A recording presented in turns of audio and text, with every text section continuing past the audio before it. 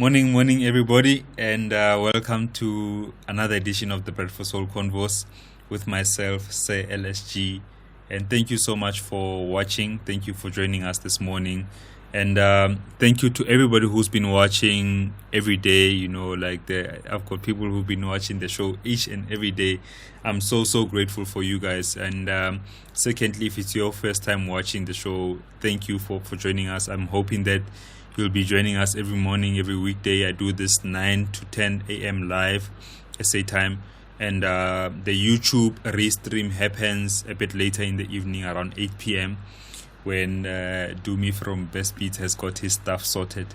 But anyway, on today's show, I'm happy and honored to be hosting a friend of mine from the UK, Andy Compton. How are you, man? Okay, man.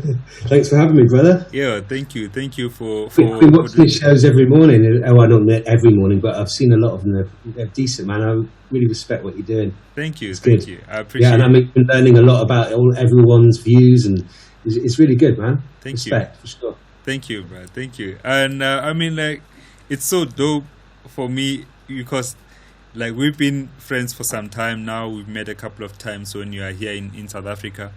And I've actually never asked you, how do you do 38 albums? I need to know about that. 41. 41. Well, by the end of the month, 41 by the end of the month. Number 40 comes out tomorrow. But I don't know, man. I just make a lot of music. I can't help myself. I don't know. I've got no excuses. I just do it. I work fast. And I just make a lot of music, I guess. You do work. You work super fast, man. I think I remember having a chat with you, and I think I was busy doing my album. You're like, what the hell is taking you so long? That time.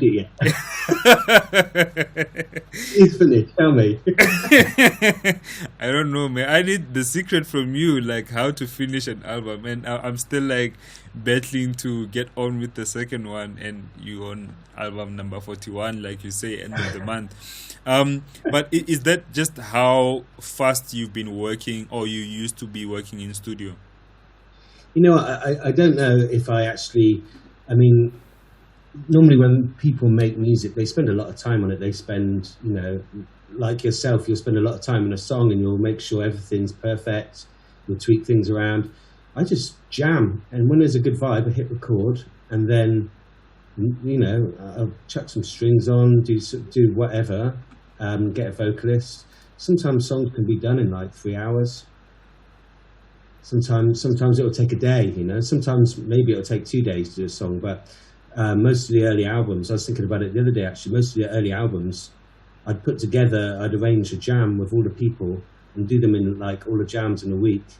And pretty much have the album done, all the recording in a week, and then spend a week mixing it all down. Man, yeah, I love that process because actually I think all processes are beautiful in their own way, because there is beauty in the way you make and you create music, in a sense that if you're working and you're bringing people together and it's one studio session, so to say, and everything that happens after that, that's the true nature of the studio session. The song, when you're listening to the song, you are actually listening to the actual recording, whereas with my process, a lot of the authenticity could be lost because I'm always changing and chopping stuff. So the recording that I would have done, the singer sang on the recording day, it's a completely different song, by the time the song comes out. But I think there's beauty in both processes. But I really do admire yours too, man, because I think only a real musician can do that, right? And I have to ask you about your learning of playing the guitar and music instruments. When did that start for you? I started playing the guitar, I think it was around 11 years old. My mum had this old classical guitar, and I just used to play around on that. And then when I started to get into heavy metal and that kind of rock music and stuff, that was it. I just wanted to. Well, actually, the first track that I think the first music I ever learnt to play was like the Beatles and stuff, because my parents played all that stuff when I was a kid a lot, you know.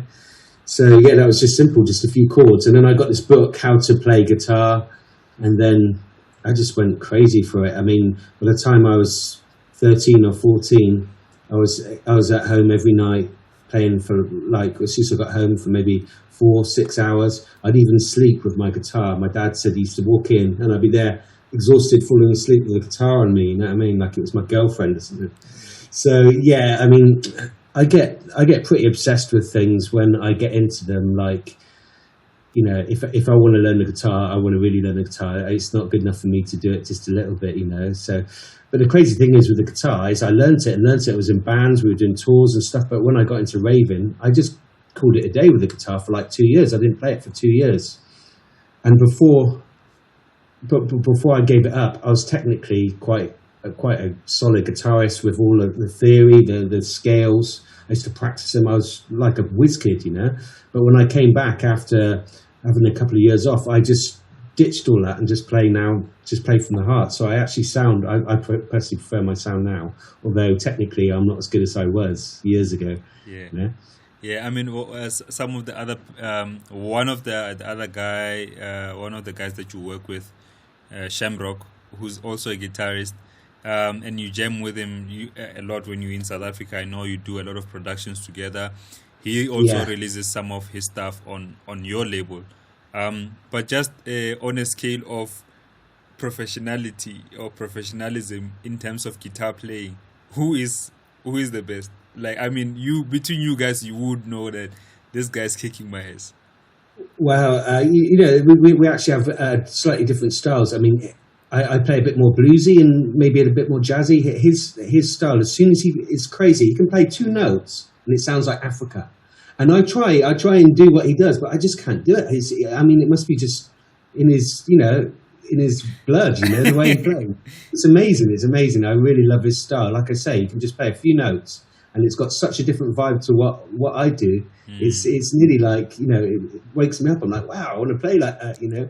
So yeah, he's a very inspiring guitarist and musician as well. We've done a lot of music. Yeah, I think it's a similar thing. Just when you said it, the first thing that came to my mind is hearing Hugh Masekela talk about his trip to Nigeria when he met Fela Kuti, and Hugh couldn't actually get the hang of the Afrobeat, how to actually play horn like an Afrobeat player, you know. The phrasing of it, yeah, I know what you mean. Yeah, and I mean, I guess it's a part of maybe growing up in a certain place, and that on its own has its influence into how you play, into how you kind of approach music too, you know. So yeah, a cultural upbringing, that kind of style, you know. Yeah, for sure. True. But what are some of your earliest memories of music as a kid?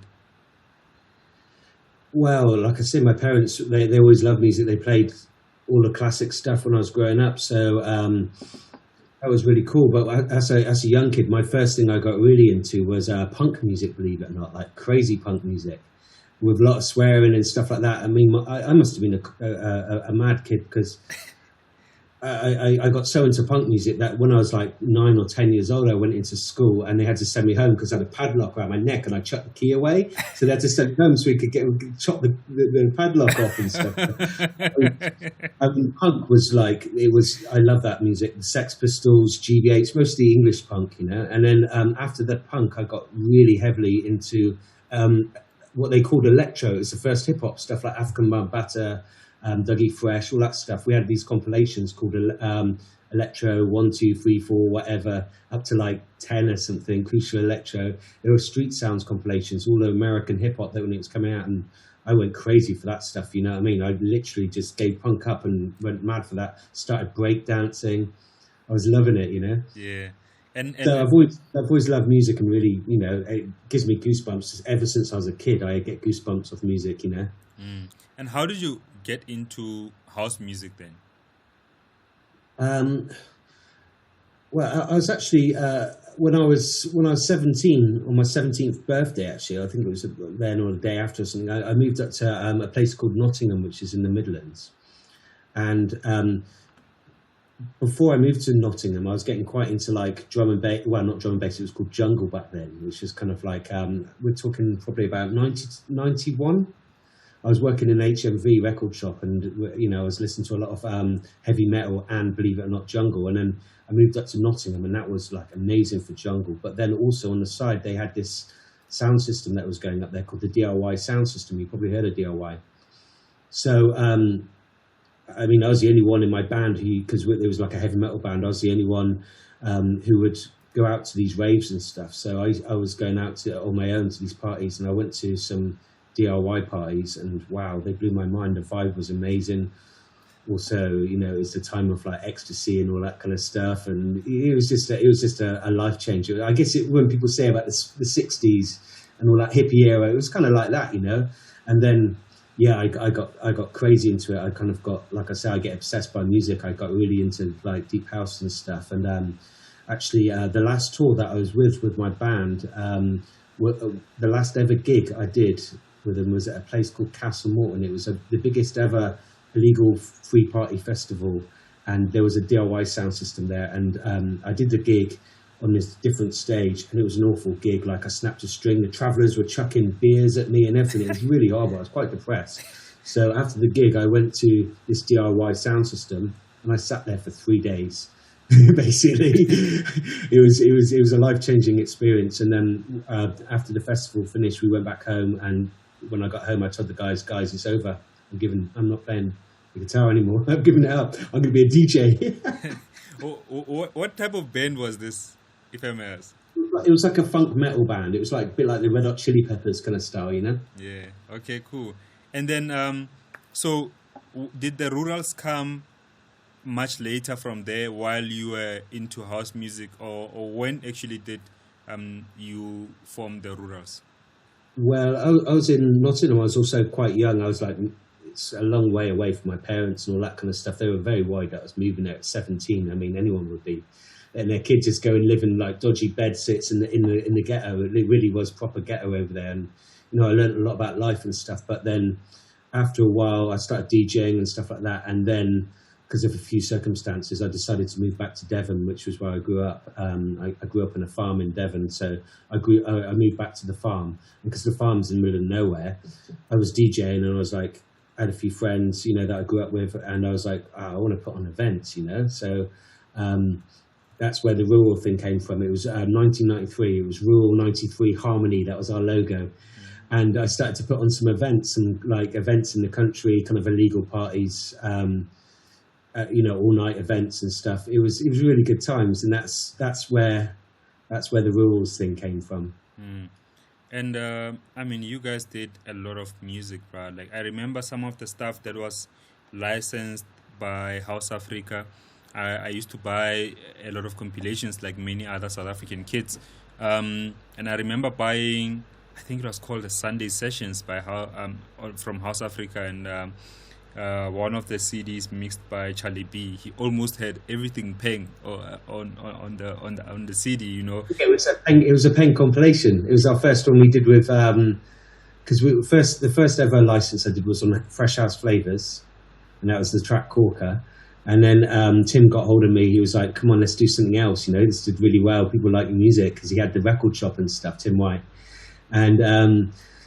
So he compiled a load of stuff from Peng, and then we did the Sunday Sessions Part 2 as well, I do believe. And then there was the Peng, another Peng compilation, which was a 4-pack compilation as well. So, yeah, we did a lot of stuff with House Africa, for sure. And just being a soulful artist, man, actually, I'll get to that later, because I want to get to understand the scene in the UK. Which years would you say were the best periods of UK house music, or just the house music scene within the UK?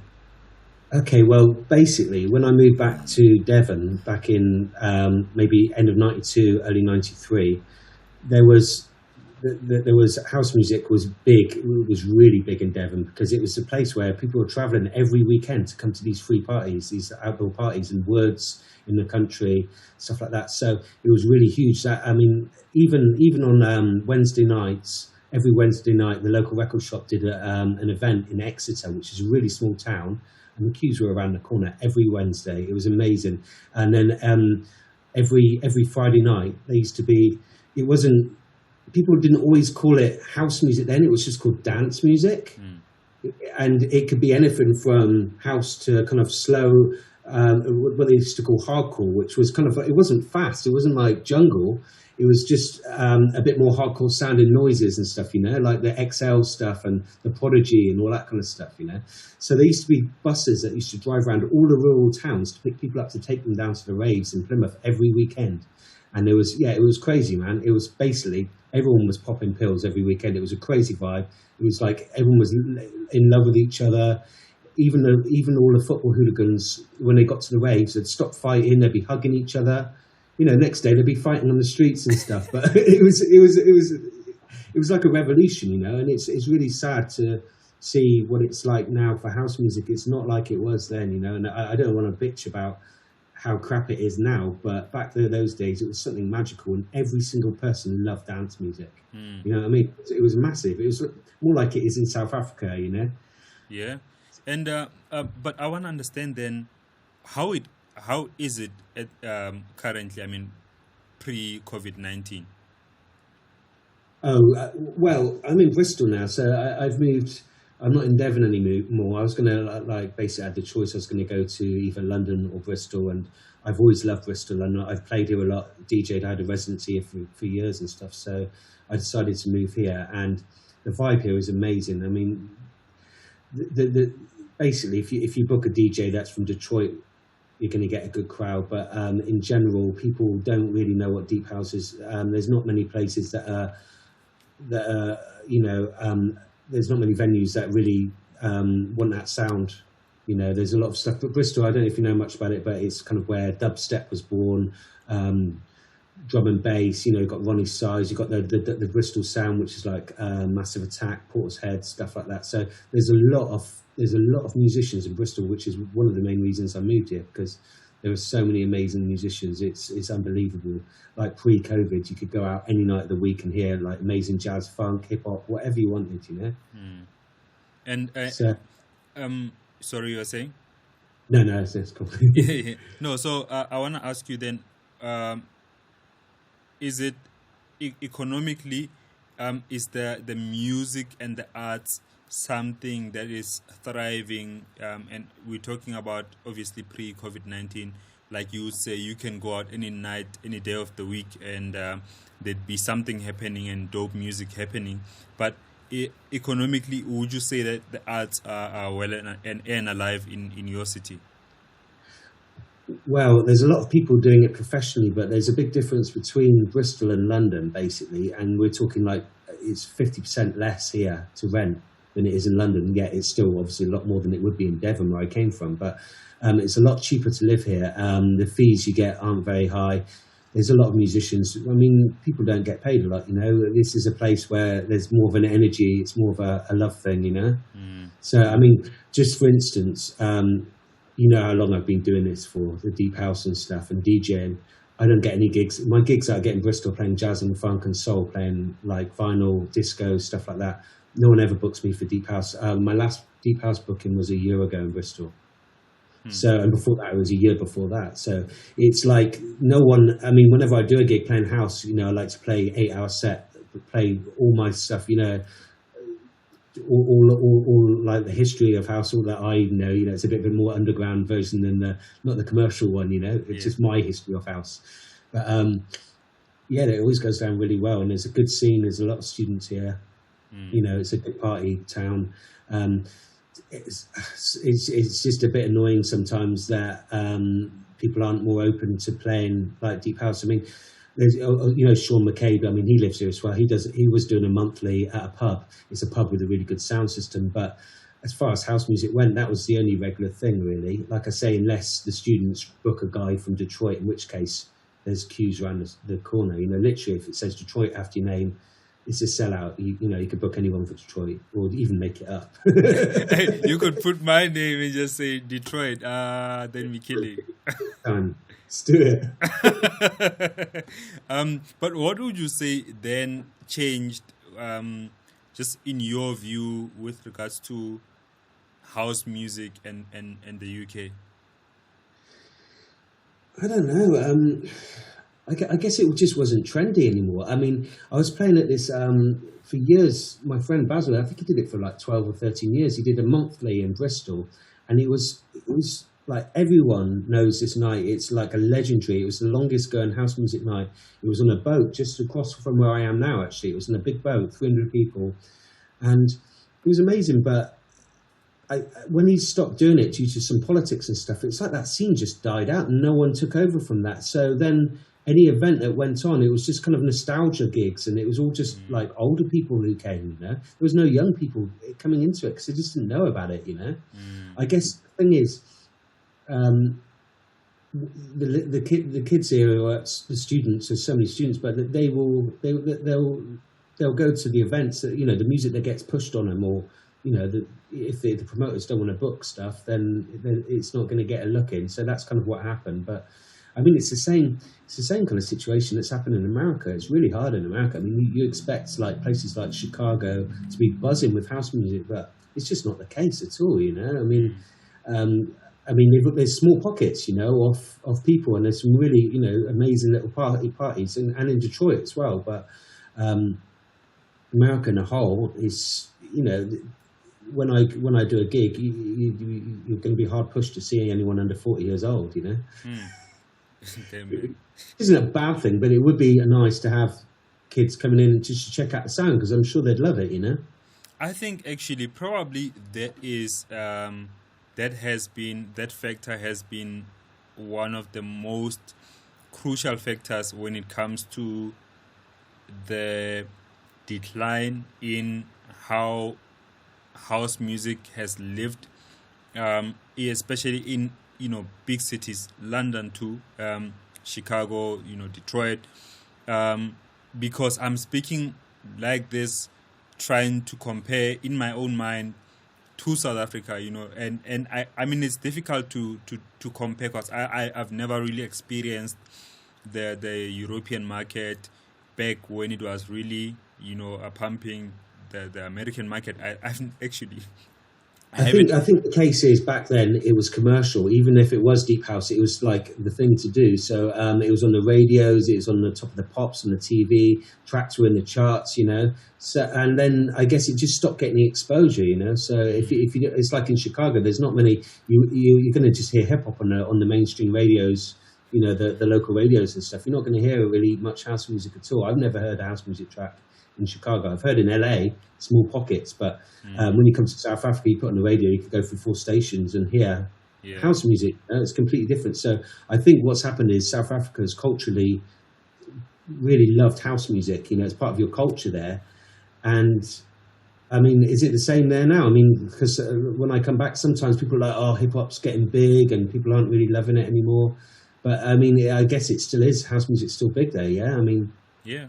I mean, I've got a view that what's the most popular genre, whatever that is at the certain time in South Africa, that will always change. At some point, house music will be the most popular in terms of most exposure on radio, most exposure on TV and media in general.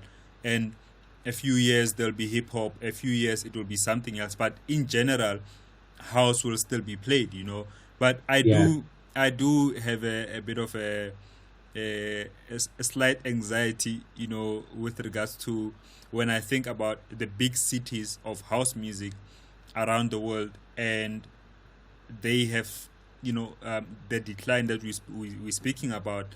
I do have a bit of anxiety that something similar could happen to South Africa, but looking at least the younger generation, we still have young people coming into the scene, and that's another important thing, that when you have people following suit, and it's not only the legends who have done it for 30 years, but you've got kids who are now, somebody started production yesterday as a young kid in high school or just after high school.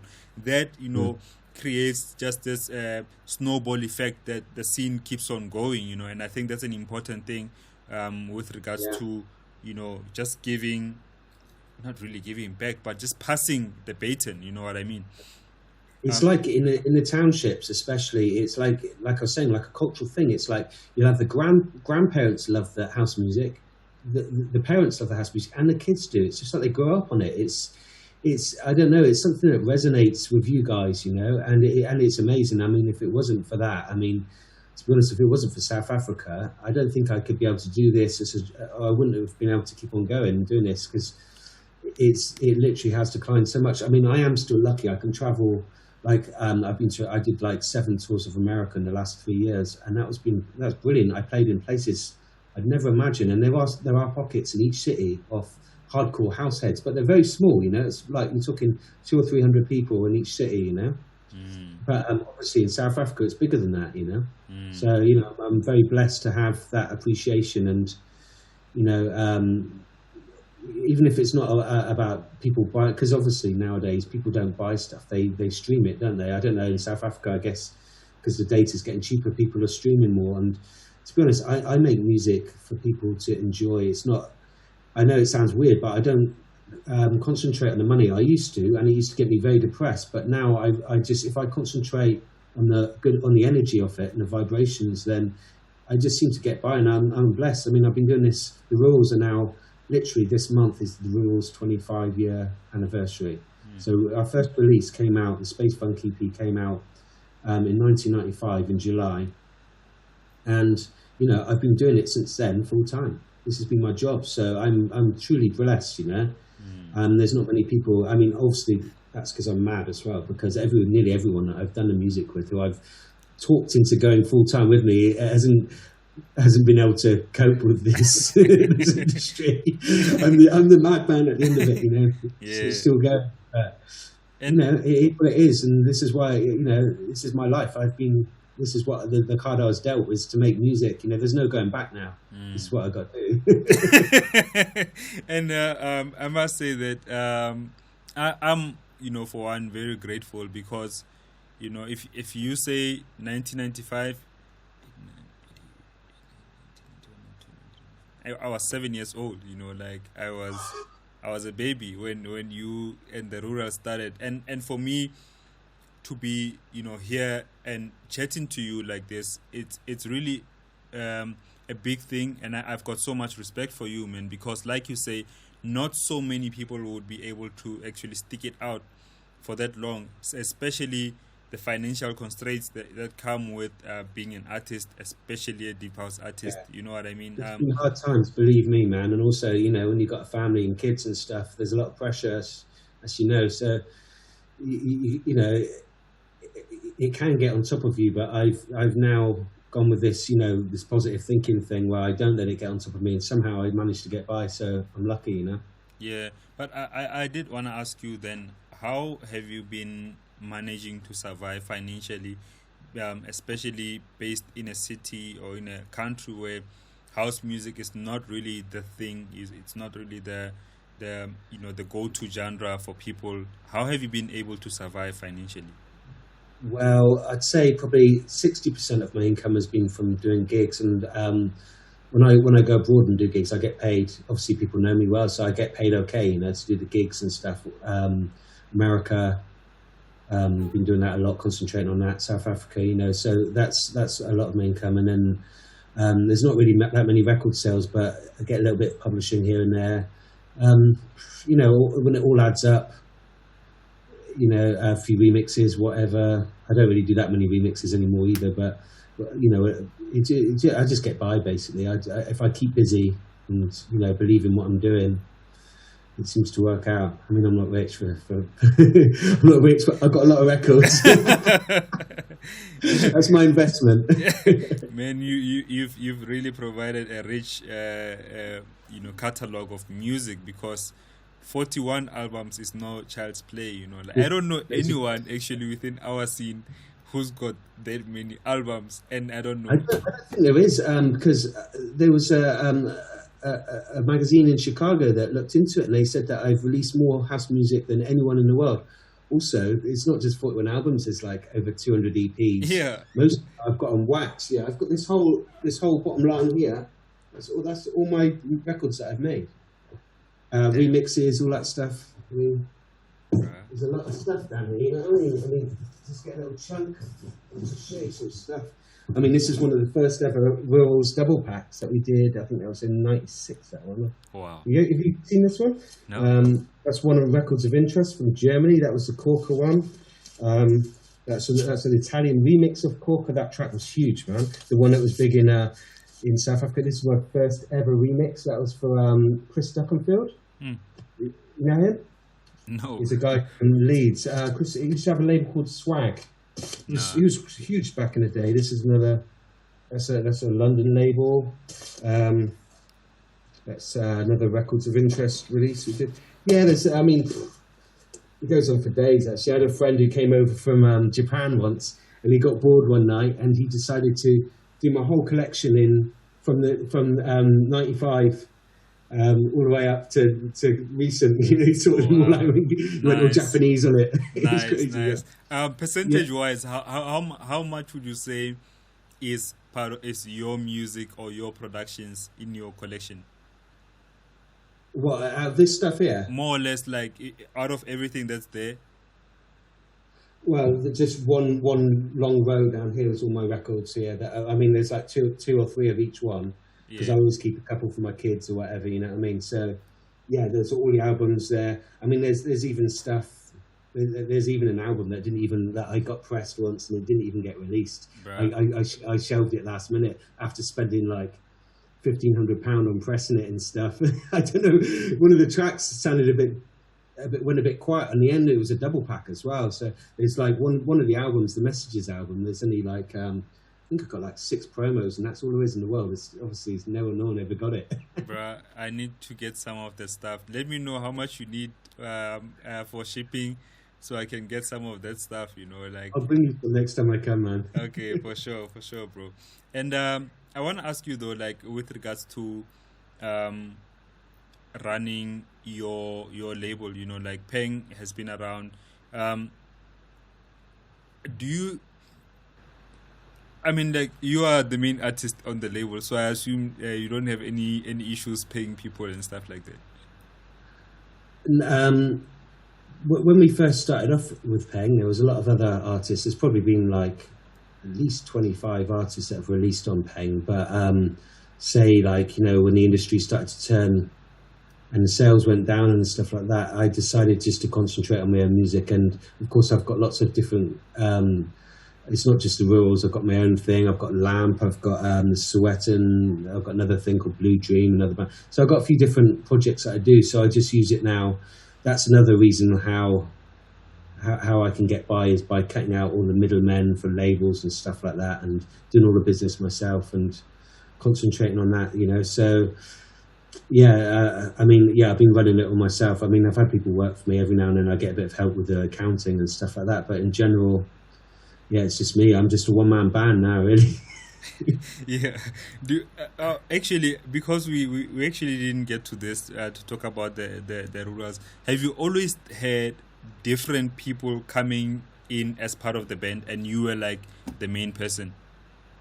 Yeah, I mean, originally back in, I mean, it was probably about 93, at the end of 93, that I met Pete Morris, and he had just moved back from the Midlands, close to where I was living. So we got together, and he was a musician, but he was playing congas. And when he said he played congas, I was like, oh, let's get together, you know, bring him over my studio or whatever. My studio was just decks at the time, because we weren't producing stuff at the time. So I was doing gigs, and he was coming with me and doing the congas and stuff. And then one day we were like, we should start making some music, you know. I mean, there was only one studio that I knew of in Devon. So we started to hire out the studio on Saturdays, and I bought this sampler. It's an X7000 Akai sampler, and you could put half a second sample on it, and it was 8 kilohertz. Wow. Proper crusted with these like discs and stuff. I don't even know where that sampler is nowadays. But so I got one of those, and we rigged it up with this Amiga that they had down there, and an SY88 Yamaha keyboard, and we started to make music. And of course, Pete was playing the keys, and I didn't realize how good Pete was, but he's an amazing keyboard player, also an amazing producer as well. So we were jamming for a while. In fact, we were actually. I'd pick up Pete every single day at 9 o'clock in the morning, and we'd go to the studio. And we wouldn't leave the studio until we finished the song every single day.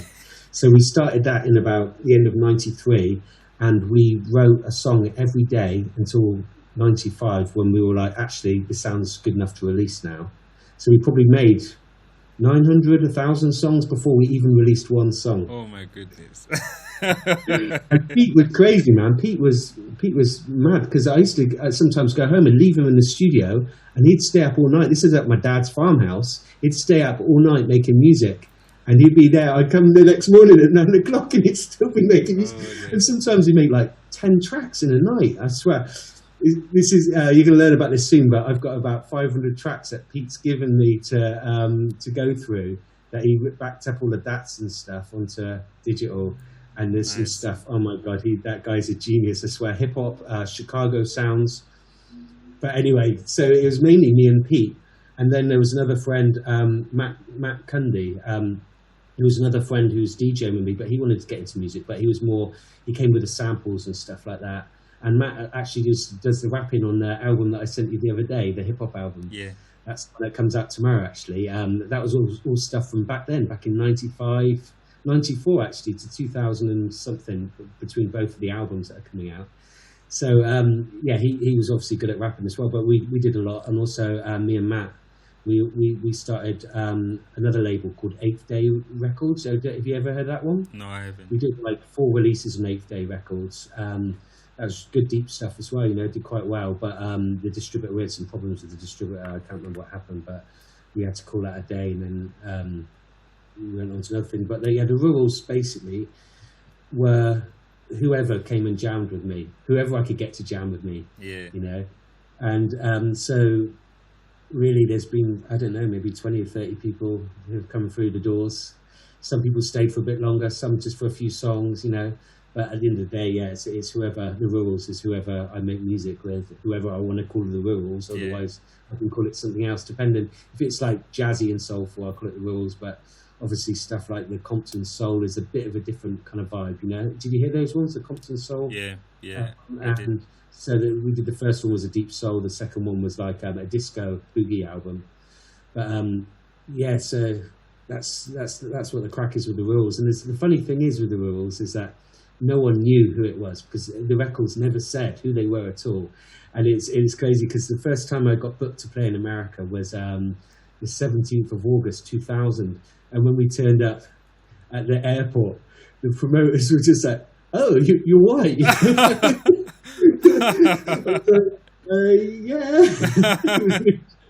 I was really shocked. Because it was pre-internet. There was no pictures of us. There was no information given at all. In fact, that double pack I showed you with the yellow and when that EP came out, the press release that went with it was it was with Ideal Distribution, and it just said a DAT arrived in our post one day. We don't know who made this, but it just gave a forwarding address for the checks. Oh, wow. And when people heard it, they were like, "Oh, this is from Chicago. This is from Chicago. This is America. This is New York. Whatever." People didn't realize it was basically a farmer's son in Devon with a dready vegan called Pete at the time. Literally, we were. I don't know how it happened, because Devon is a really rural place, and I hate to say this, but culturally, it's not really on top of things. You know what I mean? So how it all happened is beyond me. We started to do music that people literally. I can remember even when we did our first release on Peng. I even can remember the phone ringing. It was Glenn Underground saying, "Yo, what's going on?" I was like, "Oh my God!" This is like before we even had the internet and stuff like that properly. Yeah. You know what I mean? So wow, man! It was quite a shock. I'm quite interested to find out how you got the American gig in the first place in 2000. Yeah, well, basically, it was a couple of promoters there. It was a guy called Leonard and Liliane, and it was Liliane's birthday, and we were her favourite group. So her husband booked us. Well, just booked me to come and do it, you know. And it's the first time I've ever went to America. Literally, I was a proper country boy, you know. I was quite young, and it was a life changer. It was a massive life changing situation. You know what I mean? Because that was the start of a lot of things. I've been to LA a lot of times, and even my friends there call me LA Andy. I've been, you know, it's like my second home, you know. Yeah. I mean, I would argue to say South Africa would be your second home, you know. But I want to ask you about, how do you choose the people who you collaborate with? Well, if they're good players, I ask them to come and jam. It's that simple, you know. It's like, I mean, I tell you, the first week I moved to Bristol was in 2011. I moved over the Christmas holidays, and the first day I came in, we had to move all these records up. Oh, it was heavy, man. I was so tired. And then a friend in Devon rang me up and said, "Oh, we're coming up to Bristol tonight. Do you want to go out to a gig? It's the sax player from the Herbalizer. He's got his band." I was like, "Oh, I'm a bit tired. Okay, I'll go out." And we went out to this band. The first time I've been out in Bristol since I moved here, kind of thing. And the band blew me away, man. And literally at the end of the gig, I took all of the players' names, and by the end of the week, I'd had them all in the studio. That was the first track I did was "A Kiss from Above," the one with Celestine, Yes. where you've seen the video where she walks down Stokes Croft. That track it was a soul track, but you know it did really well, that song, you know, and especially the video, you know, got a lot of hits and stuff. So, and yeah, basically, like I said, there's so many gigs that I go to a lot of gigs when things are going, when they get back to normal again. You know, at night, I'll just, without even thinking about it, just 9 o'clock, head off into town, go to a gig on my own. If there's a good player, I just go up to them, get their number, tell them, you know, I don't even give them the big one really. I just get their number or their email, send them some music, and ask them if they want to jam. And to be honest, most of them do. So it's good, you know. I know a lot of musicians here. I'm really lucky, and the musicians here in Bristol are amazing, like really next level. And who are some of the people that you would like to collaborate with? There's a keyboard player called Anders. He's actually coming tomorrow for the first time in a while. We're doing a remix for a guy in South Africa, actually. So he's coming in tomorrow. He's Which guy? A guy called B Soul. Okay.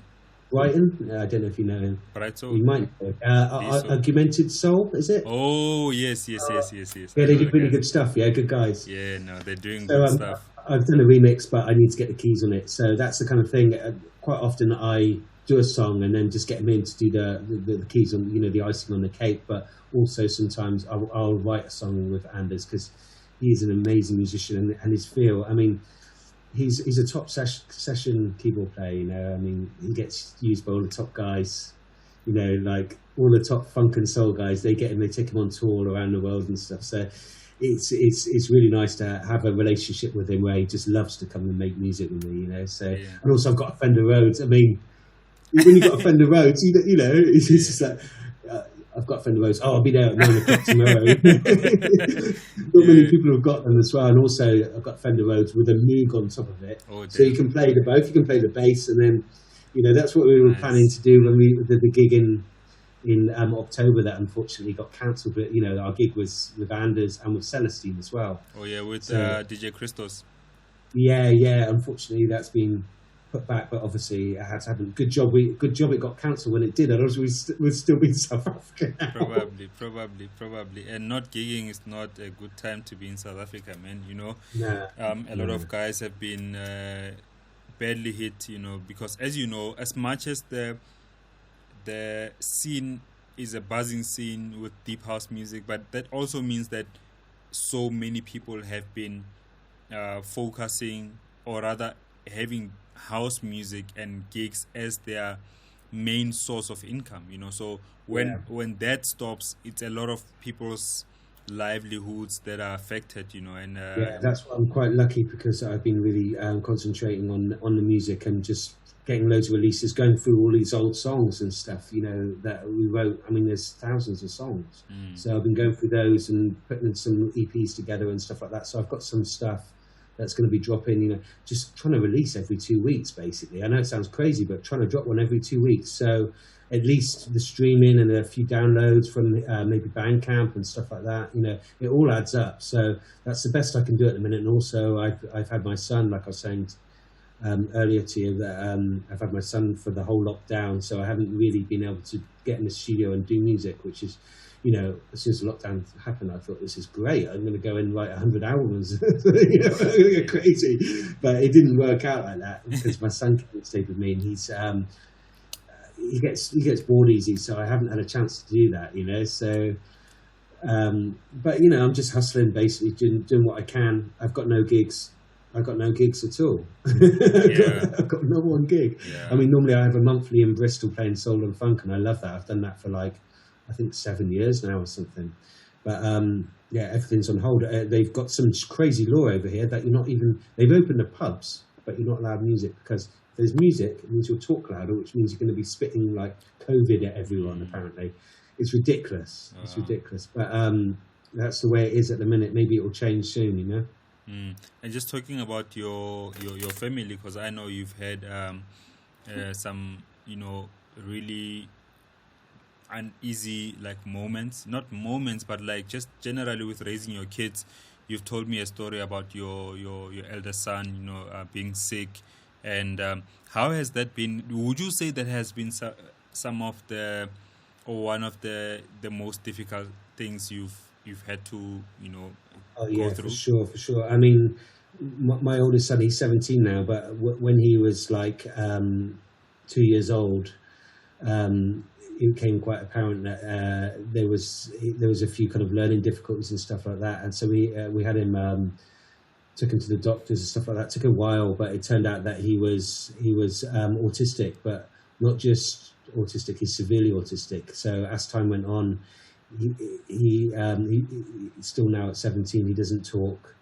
He has problems understanding things, and we've had some really hard times with him. And then also my youngest son, who's 15 now, when he was 3, we found out that he was autistic as well.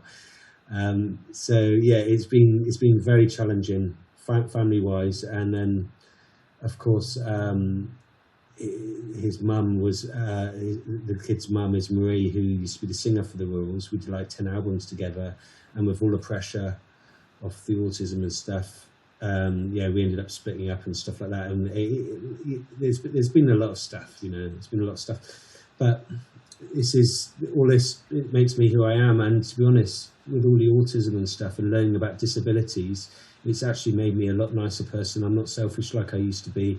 I love to help people. I love to help people who have got disabled kids and stuff like that. It's just nice to. It's opened a part of my mind that I didn't really, a part of the world that I didn't even really understand before, or even want to understand. So it has made me grow into a better person, I think. It's been hard for sure. I can't deny that. Yeah, and I think a lot of the time, we don't think about disability if it doesn't affect us. If it doesn't affect us in any way, generally we just kind of shy away from even thinking about it. And people like you are living, the reality of it, with your sons, especially your eldest one. And I think, man, for me, it's thank you firstly for sharing, because not many people want to share their personal stuff like that. But I think it's also good because it just opens up more knowledge. Some people who might have a certain negative outlook, or not even have any outlook towards disability, just to have and share some empathy towards people with disability. I had DJ Kabila. I don't know if you know him, on the show the other day. He's been wheelchair bound, from a car accident, and we were just talking about difficulties, that disabled people go through, especially with gigs. Him being a DJ, most of our venues are not wheelchair friendly. Like the DJ booth could be so high, and there's a lot of steps sometimes to get to the booth, and it's always a struggle for him, and especially that promoters don't really, most of the time promoters don't think of him even when they book him. Like they've got him on the lineup, but nobody's thinking, oh snap, we need to arrange the DJ booth like this so it's easier for him to get on. But I think must be hard for sure. Yeah, it must be. It is, man. It is, I'm sure, very difficult. But nonetheless, he's one of the people that I really admire because he hasn't used disability, as an excuse not to get on with his life. He does events, he still DJs, he produces, and he does so much. He books people, at his gigs. And I, for somebody who's going through those struggles, but still has the strength to come back and really own his own life, like it's really, really admirable. Yeah. I want to say as well, with regards to your youngest son, I saw a video of him the other day. You are vegan, strongly so, but when I saw the vegan of your son, I was like, damn, this boy is smart. They're doing like studies and stuff. Time, man, he's well out vegan B. he's that's his thing. With autism, they call it special interest. It's kind of something you kind of get kind of obsessed with, but he loves animals. He connects animals with animals because humans, he gets very anxious around humans because they expect a lot from him and there's a lot of expectations. But with animals, he can just go and sit with them and hug them, and it's like you don't even have to talk, you can connect with them. It's really, so he's passionate, so he gets really upset that animals, well, we both do, that animals get killed to be eaten and stuff like that. I mean, when you get to learn and love animals and meet them, you don't want to eat them because it's like a dog or a cat. It's like when you have a dog, you don't want to eat your dog, do you? But there's no difference between a dog and a pig. You know what I mean? So it's easy to eat something that you haven't known, but every animal's got a personality, and people don't really know this. So with my youngest son, every weekend we go out, do like activism on the streets. We push it. We're pushing it, and every week there's people who are really like open to it, and they want to give it a try. Once you've explained, the process the animals have to go through to, even for milk, having their babies taken away at birth, being pregnated artificially every year, the boys getting shot because they're boys and they don't have any milk because they're boys, and all this stuff. When you know about this stuff, a light bulb comes on in your head, and you're like, actually, I might just go and get some soy milk. You know what I mean? Yeah. I mean, I've taken you out for vegan meals before. It's good food. Yeah. Yeah, it is. It is. I mean, the restaurant that you took me to in South Africa, in Greenside, is rather pricey. But why is vegan food so pricey? I wanna understand it. It's that place is pricey because it's like a gourmet place. I mean, if you imagine you went to any gourmet place that sold meat, it's going to be pricey, right? I mean, I don't know how much it is over there, but for like 100 rand, you're going to get a really gourmet meal. I mean, I've seen like people spend 200 rand on a steak, yeah?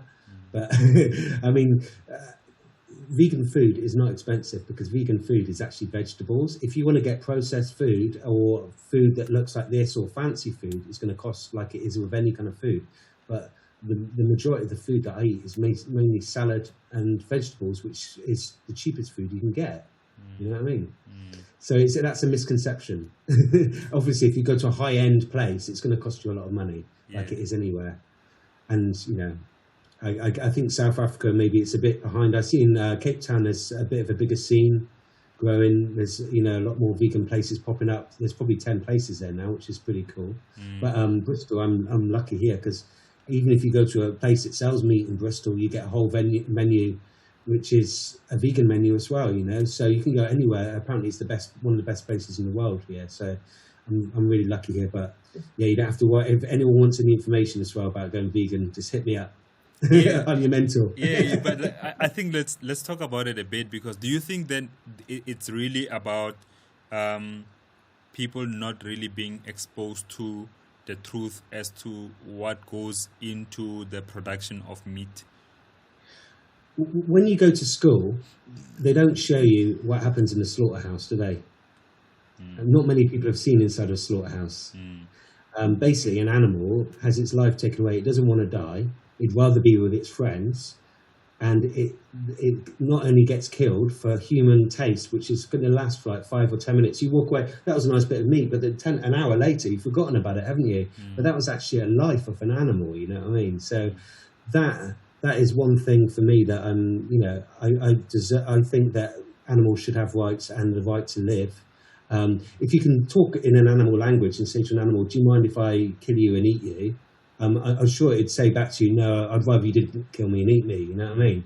So, I mean, it's like if you compare, like I said earlier, like a dog or a cat to a cow or sheep or even a horse. People in England, they don't eat horses, but they call the French barbarians because the French and the Italians eat horses. But it's only because it's a cultural thing. And then in England, people kick off about people in Yulin in China for eating dogs and cats.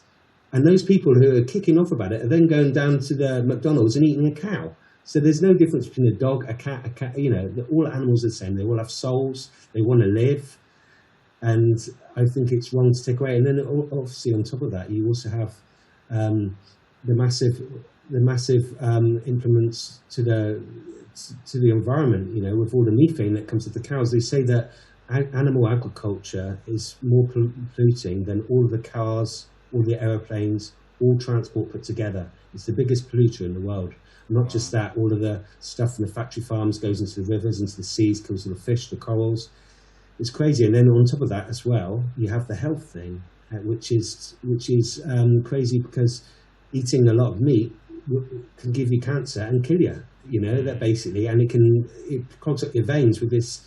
You know, even milk as well, milk and dairy, it's actually really bad for you, you know. So they say that if you know, even vegetables can cure cancer, you know. I mean, you know, how they say there's a plant for each problem that you can have. You know, these plants, if you eat like turmeric and ginger and all these vegetables, that's what your body needs. And also people cry, oh, when am I going to get my protein? They don't realize that a cow gets its protein from eating plants, and an elephant gets its protein from eating plants. A gorilla gets its protein from eating plants. So just take out the animal and eat plants. And then that's protein that's actually a lot healthier for you. And then, well, you've got me talking about it now, but then there's this whole thing about speciesism as well, where when you're a child, the first thing you're taught, the first prejudice you're taught is, here's your dog, you stroke your dog, and then you eat a burger or a chicken. I mean, that's crazy. I mean, I see a lot of prejudices coming from that first prejudice that you're taught, speciesism, that humans are superior to animals and that we're better than them. And because we think they're stupid, we can just eat them. But actually, they're not stupid, because if you think of a whale travels all the way around the world, or you get like birds that fly. We have swifts come from South Africa to England, and they come all the way from South Africa, and they come the same day every year. And they fly to the place where they were born in England and make their nests in the same place.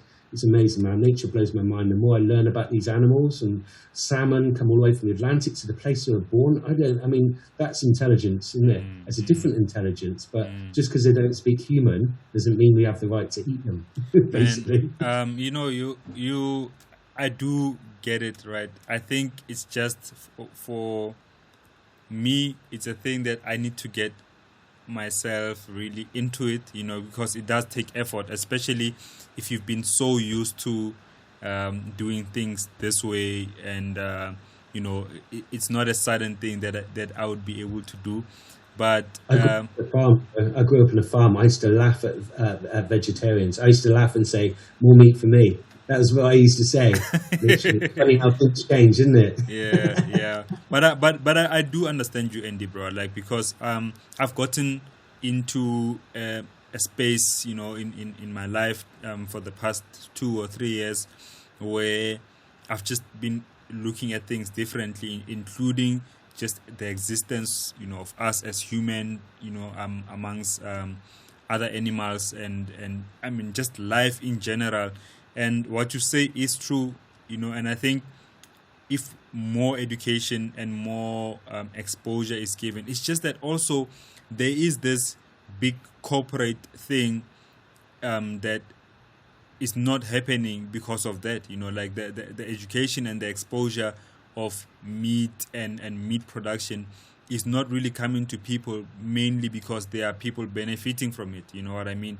Including the Also, the government. government subsidise meat and dairy. They give them a lot of money when really they should be giving that money to the farmers and saying, let's grow plants. Because I didn't know if you know this, but like the land use that's used for animals, if we grew plants, there'd be no starvation in the world because there'd be so much.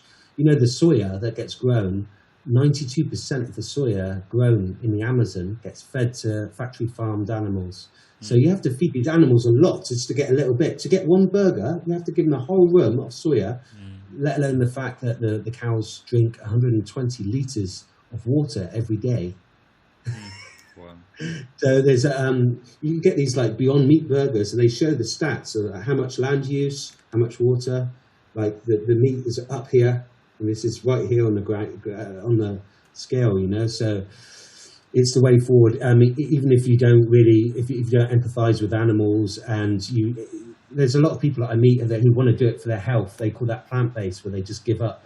You know, it's not like a vegan thing, but they just give up eating meat for their health. Or a lot of people as well do it for the environment, you know, because they want their kids to have a world to live in. So there's a lot of reasons, but for me, the main thing is for the animals, you know. Yeah, I think, man, I do get it. And I think more education definitely needs to happen and more exposure, you know. But, you know, just thinking about it, it's going to be very difficult for a lot of people who've been eating meat for 40 years, for 30 years, and just to get out of it. But it's not impossible, definitely. And just on the subject of food, I want to ask you, well, it's not really a question, but I remember when you were in SA and you invited me for a tea where you were staying. And that's where I met Jihan, you know, who has become a friend to me as well. And I remember we were chilling there having hibiscus tea, my favorite tea, best thing I've ever tasted. But on the first day, I tasted hibiscus, right? So let me tell people. So it was you, Jihan. I can't remember who I was with, but the tea. So this tea is kind of like maroonish in color. And you guys are having tea, and like I'm offered tea. I'm like, of course I'm gonna drink it. You know, I like trying new things, but there was no sugar, you know, on the table. So I figured maybe this tea doesn't need sugar, you know, and it tasted awful. You know, I thought, oh my god, it's a little bit like sour, yeah. Yeah, I was like, this is the worst thing I've ever tasted. You know, so on the second round of the tea, I asked Jihan, you know, like, guys, can I put sugar in this thing? Because I finished the first cup and it was so bitter. And like she killed herself with laughter because she was like, yeah, sure. I mean, you can have sugar. But it was just the politeness that I couldn't ask for sugar in the first instance. Yeah, that was crazy. I think that was actually the first day you met QB as well, wasn't it? Because you were staying with her then. Oh, yeah. No, or was that later? No, I met QB the first time he came to South Africa, you know, but okay. But it was it was QB like when we were together. Now I remember, yeah. Okay, yeah, man. Anyway, yeah, Andy, I think we can pack it here, bro. Like, there's so much that we can talk about. Let's just actually, if you wanna punt anything that you are dropping soon. You said, you know, the 41st album is out in a month. The 40th one's out tomorrow. It's like a hip hop kind of, but it's not like hip hop. It's like jazzy grooves, isn't it, with a bit of kind of rapping on it and stuff. And then, but the other one, the part 2 of the Over the Hills, comes out in 2 weeks. I'm going to drop an unreleased Rules EP next week as well on Bandcamp. I've been using Bandcamp for a lot of stuff as well. I don't know if do you use that as well? Yeah, I do. Yeah, it's really good. So that's also been helping as well with the income, you know, with where you don't have to pay half the money to a distributor, or, you know what I mean. It works out really well using Bandcamp. So what I'm planning to do is get all my stuff, because I've got a label page there, to get all of the stuff on there. But the problem is because of the back catalogue, there's a lot of stuff that was released on vinyl that I can't find the masters to at the minute, you know what I mean? So there's some stuff. I'm going to get as much as I can, as long as I get the albums on there. That's the main thing. But then after that, also I've got another Blue Dream album, which is like experimental stuff made in LA with my friends Brad and Aransu in LA. He's got an amazing analog studio over there. So there's another album there that I'm just finishing off, and then I just keep the ball flowing. You know what I mean? Just keep on banging out the music. I'm now actually, I've come to an arrangement where I can get 3 days a week in the studio, so I'm back on it now. Nah, man, I'm glad you are. I really can't wait for the future releases. But I also think that you need to take your vegan thing a bit bigger, than you've been doing. I think it could really become a thing. I mean, I've been doing the activism every Saturday with my son and with some local people, on the streets. We're doing it this Saturday as well, and I'm going to come up with some ways where I can push it a bit more, without, I don't want to push it, but I just want to let people know the situation and let them choose themselves whether they want to do it, because we're not like religious people like Jehovah's Witnesses hitting hard, you know what I mean? We're not like that. We just literally tell people the facts, and it's up to them what they want to do. Some people are like, because we show like scenes on our iPad of like slaughterhouses and stuff like that, and it's really shocking, especially if kids see it.